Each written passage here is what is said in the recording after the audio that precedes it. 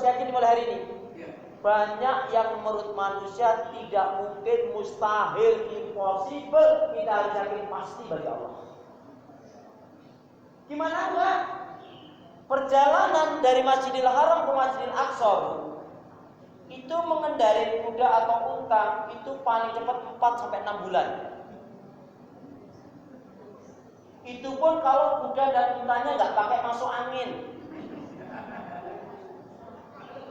Loh iya. Ibu belum tahu peristiwa kuda yang kemudian masuk angin kemudian dijual. Sedikit ya, karena ibu memang ada tuh. Kisah Umar bin Khattab. Beliau ingin ke Filistin, penaklukan Filistin itu, beliau berjalan dengan seorang sahabat dengan sama senyamarnya nggak tahu lah orang. Bawa 2 kuda, sehat-sehat dari Madinah. Menjelang Filistin kira-kira mungkin 5 atau 10 kilo lah. Banyak 10 kilo. Ya setelah perjalanan jauh. Kudanya Umar bin Khattab itu masuk angin. Nggak bisa dilanjutkan. Ya, ini butuh pengobatan yang cukup lama. Akhirnya dijual lah. Ya sudah. Akhirnya tinggal 1 kuda.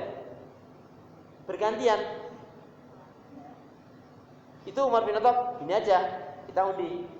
Kamu dulu, aku tahu dulu. Ternyata yang naik adalah budaknya dulu. Setiap hitungan, bukan budak, sahabat bukan budak. Setiap sekilo sekali atau setengah kilo sekali gantian dulu, Bu. Iya, naiknya. Pertama kali yang sahabat ini naik. Enggak. Si sahabat itu malah, engkau yang mukmin ini. Enggak, ini perjanjian. Orang mukmin itu harus sesuai dengan janjinya. Orang mukmin tidak boleh berbuat zalim terhadap saudaranya. Al-awwal. Nah ini pelajaran penting bagi diri kita. Ya sudah, naiklah ini sahabat. Sekian kilo atau setengah kilo kemudian ganti Umar. Tapi ngerti nggak Bu? Pas masuk Filistin itu sahabat ini yang di atas kuda. Dia mau turun, nggak boleh. Kata Umar bin Khattab. Jadi Umar bin Khattab yang nuntut orang-orang Bu, orang-orang ya karena wajahnya juga mirip gagah juga. Yang naik kuda ini kira Umar bin Khattab. Orang-orang senang itu. Umar bin Khattab biasa aja. Tapi ada sahabat Abu Ubaidah ya, yang ada di yang sahabat yang tahu tentang Umar bin Khattab. Kan dia mengerti penaklukan Filistin itu orang-orang Nasrani kan banyak yang kemudian masuk Yahudi Nasrani masuk Islam. Tapi kan nggak kenal Umar bin Khattab, tahu nama tapi nggak tahu orang. Sahabat ini nangis bukan itu. Kenapa kau menangis? Bukan Amirul Mukminin Umar bin Khattab, kenapa kau menangis? Kalian tidak tahu. Maksudnya apa? Yang nonton itu. Yang benar. Ini ditanya. Kamu nggak sopan sahabatnya itu? Dia tak bisa jelaskan kan? Kata Umar bin Khattab juga. Memang begitu perjanjiannya. Siapa yang sekian ini dan pada Allah, dialah memang yang berjatahnya. Jadi yang Umar bin Khattab kok? Kenapa kalau begitu? Aku tidak mau menzalimi diriku dan orang lain. Karena orang mukmin sesuai dengan perjanjian. Itu orang pendeta-pendeta rahib itu Bu menjadi semangat. Oh Masya Allah, begitu hebatnya Islam. Mana temu kepemimpinan selain Islam? Ada? Baik, nah ini nggak masuk akal Bu. Dalam 1 malam dari Masjidil Haram ke Masjidil Aqsa ditempuh dalam 1 malam, kemudian naik ke langit ke Sidratul Muntaha, turun membawa berita salat, nggak masuk akal. Nah, kenapa? Karena bahasanya Allah Subhanalladzi asra bi abdihi lailan minal masjidil haram ilal masjidil aqsa. Saya mengambil ceritanya Kiai Haji Zainuddin Erjal tentang Isra Mi'raj itu memang wahyu, mukjizat. Mukjizat itu Bu nggak masuk akal. Tapi kalau dilogikakan, contohnya seorang ustadz, katakanlah saya gampangnya, saya isi di Balikpapan, ngisi kuliah duha jam 9 sampai jam 11 atau jam 10 sampai jam 12, zuhur lah. Nah, ketika saya ke sana, ternyata ada satu semut yang masuk di kantong saya, gamis saya. Terus terus ke bandara, singkatnya jam 3 atau sebelum asar saya sudah sampai Bekasi. Semut ini saya taruh baju gamis, turun dia. Terus dia bilang sama temannya, "Hei Mut, aku dari Balikpapan." Teman-teman semutnya kira-kira percaya nggak? Jangankan ke Balikpapan, dari Bekasi ke bandara itu butuh berapa tahun? Semut loh, Bu. Nggak masuk akal. Tapi kan semut ini tadi nggak jalan sendiri, Bu. Nah, gambarnya begitu. Nggak masuk akal. Rasulullah itu nggak pernah ke Filistin, belum pernah. Abu Bakar karena pedagang bolak-balik. Abu Bakar itu tanya, Rasul, apa yang kau lihat?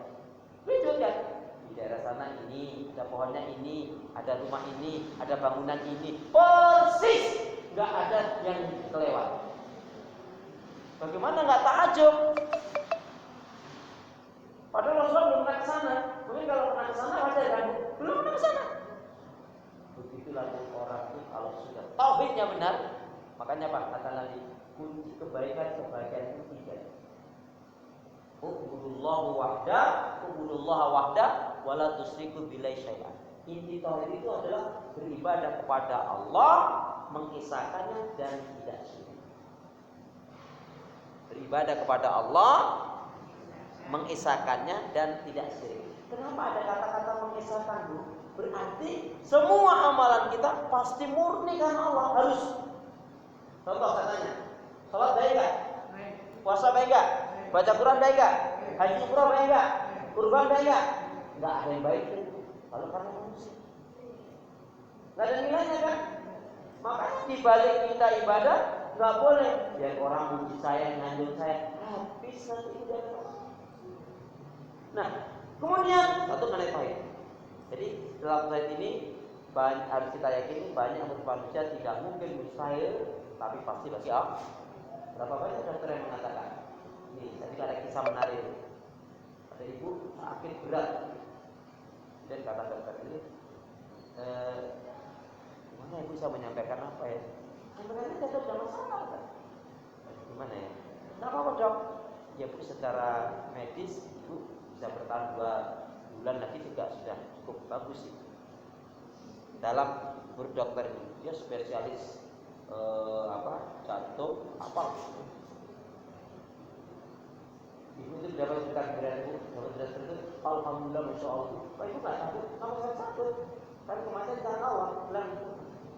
Tapi beliau apa? Waktu itu belum corona jauh, sekitar 2005 dari kecil. Dia punya rumah di Pondok Indah itu, Bu, mengorak kain. Pada tahun segitu aja rumahnya sudah laku 5,5 M.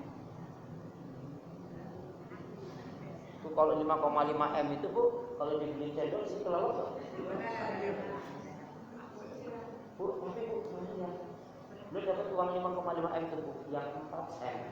Yang 4 M itu ada masjid, sholat, umrohin ustaz. Saya nggak termasuk di dalamnya, saya nggak ustaznya kok, Bu. Makanya sekalian saya pengumuman di sini, kalau ada di antara ibu ada yang mau ngumrohin, saya mau banget, Bu. Sama ya? Saya bayar sopok. Ya enggak, Allah yang bayar itu. Ini Bu, setiap Jumat, ya setiap Jumat tapi dia ganti-ganti yayasan. Diundang 60 orang. Jadi ambil kadang-kadang 3 yayasan, 20, kadang 1 yayasan, pokoknya 60 setiap Jumat itu. Ya.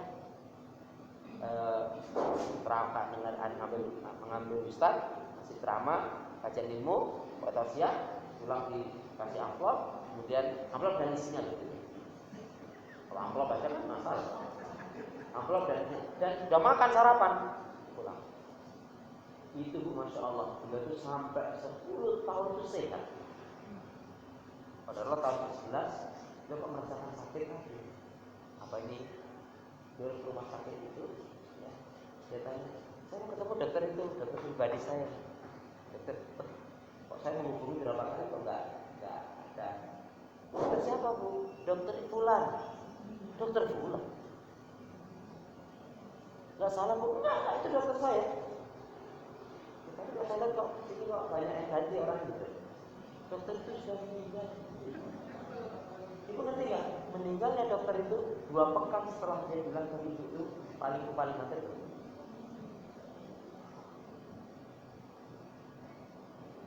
Ibu yakin akan mati? Yakin akan mati? Tahu dalilnya mana? Saya mau. Belum ada insya Allah. Sudah. Siapa belum? Belum ada insya Allah. Kalau saya mah betul-betul belum bu. Jadi biar saya insya Allah silakan. Itu kan bisa berarti. Kalau kematian tidak bisa. Tapi yang paling saya senang kematian tidak berdasarkan abjad. Berdasarkan abjad nggak mau saya nolak bu. Nama saya Akhlis. Nah, ternyata kematian tidak berdasarkan abjad. Buktinya apa? Kiai Haji Zainuddin. Nah, tuh. Nikah duluan.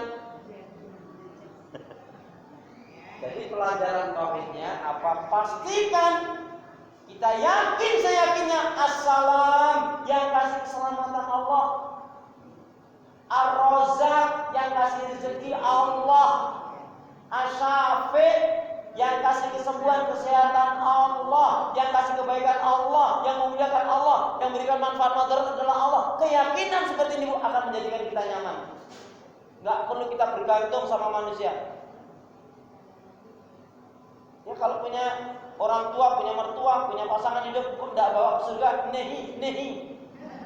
Maumu apa-apa? Harus begitu Bu. Sayang kan Bu. Ini wanita itu bisa sirik ketika dia mengatakan suami itu adalah segala-galanya. Gak boleh. Karena memang segala-galanya adalah Allah. Kalau suami segala-galanya berarti kan kalau suami meninggal habis dia. Tapi berapa banyak wanita, mohon maaf ya, yang suaminya meninggal dia biasa-biasa aja. Gak bisnisnya bisa berkembang. Waktu ada punya suami malah gak berkembang. Ada kan?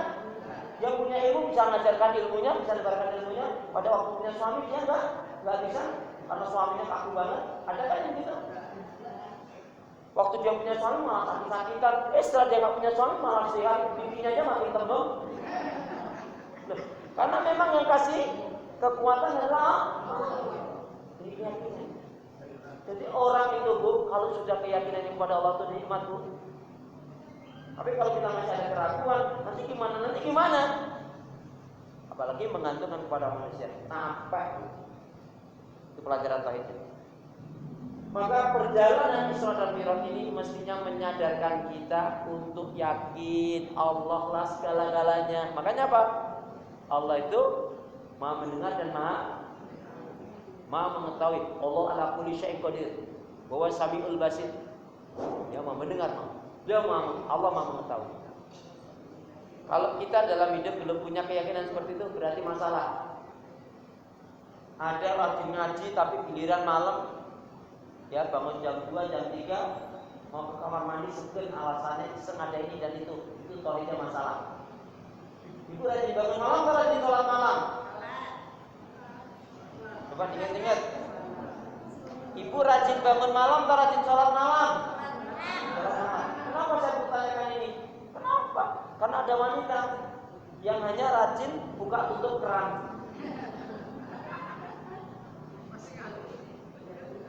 Ini saya sholat dari kamar mandi itu Pak. Bu kata kunci tahajud. Malu mengatakan cinta kepada Rasul, belum pantas mengatakan cinta kepada Rasul kalau masih jarang sholat malam, sholat tahajud. Kalau belum bisa tiap malam, gimana saat sholat malam saatnya kan bisa tiap malam. Paling tidak usahakan, kalau memang belum bisa tiap malam dalam satu pekan, paling tidak usahakan dalam satu pekan dosa banyak. Cukup melakukan dalam 5, 6, 7 kali itu cukup. Kalau ibu belum bisa tiap malam sholat tahajud, paling tidak usahakan dalam satu pekan, tidak usah banyak-banyak, 5, 6, 7 kali itu cukup.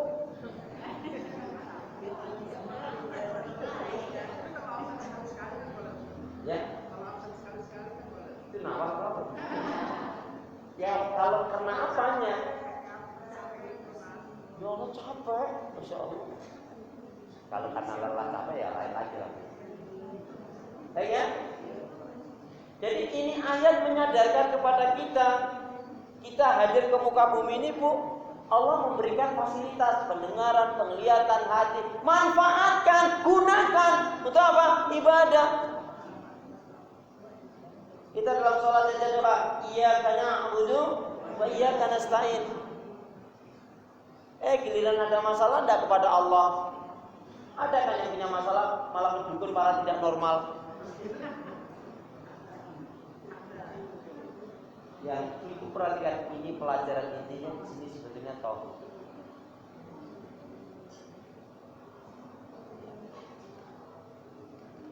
Berarti apa? Penyakit hati harus kita buang. Yang merusak, yang menjadikan orang nggak bisa bertauhid itu terutama 7 penyakit hati. 1. Yang menjadikan orang nggak bisa bertauhid dengan benar karena 7 penyakit hati terutama. Apa itu?